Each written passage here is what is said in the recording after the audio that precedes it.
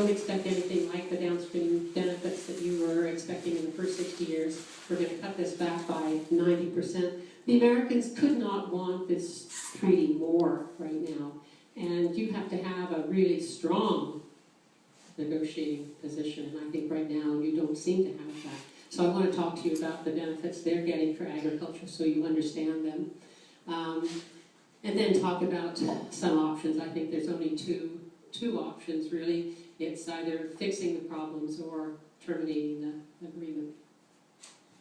So, and I spent the last 4 days, so I started to say from 1994, I spent the last 4 days updating myself on what's been happening in this process. I'm not here to tell you numbers. You have been inundated with numbers. All of the stuff that's come out from this commission has been numbers on top of numbers on top of numbers and micro details. I'm going to talk to you about the big picture issues, about public policy issues, about issues of sovereignty and democracy and those sorts of things, which I think really are the ones that need to be addressed.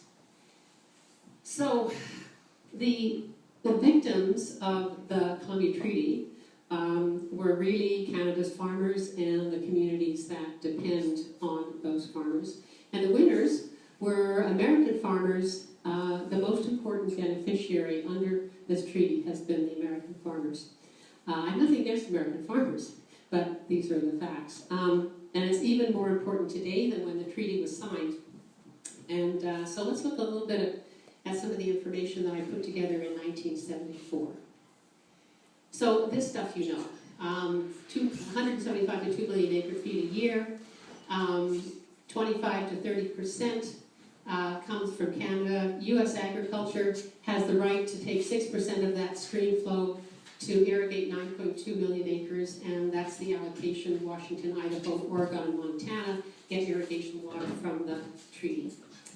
The Columbia River system storage, total storage in the entire system in the basin is 55 million acre feet, coordinated 42 million acre feet, active 32 million acre feet, and 55% of that is in Canada, and if you include the Libby Dam, 71% in Canada, active storage, and of the coordinated storage, in other words, what BCP has a control over, 54% in Canada, 42% if you just take our treaty dams.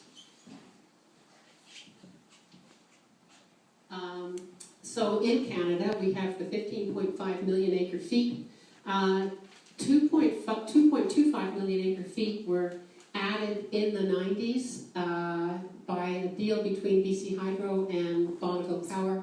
This is non-treaty storage.